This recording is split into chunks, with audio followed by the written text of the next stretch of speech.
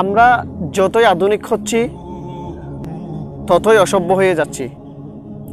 Internet যতই হাতের মুঠোয় এসে গেছে ততই নগ্নতা আমাদের গ্রাস করেছে। সভ্যতা আমাদের থেকে অনেক আগেই হারিয়ে গেছে।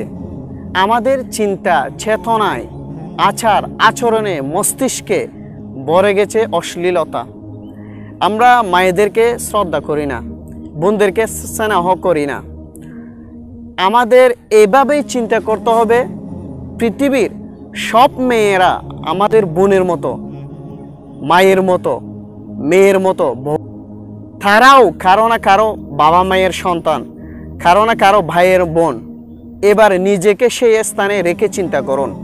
আমরা পুরুষ হিসেবে লজ্জিত কেন? আমাদের থেকে কেউ রেহাই পায় না। আমরা একটা শকুন হয়ে গেছি। এক হিন্দু বোনের অসাধারণ যুক্তিসঙ্গত কথা উনি বলেছেন, পথের দুর্গাকে দর্শন, গর্ভের দুর্গাকে হত্যা, জন্মদাত্রী দুর্গাকে বৃদ্ধাশ্রমে, অথচ কোটি কোটি টাকা খরচ করে মাটির দুর্গাকে পুজো। আমরা বেহায়া, লজ্জিত, আমরা লজ্জিত হয়ে গেছি, আমরা শকুনের মতো হয়ে গেছি। এই অসভ্যতা আমাদের মুসলিমদের মাঝেও এসে গেছে।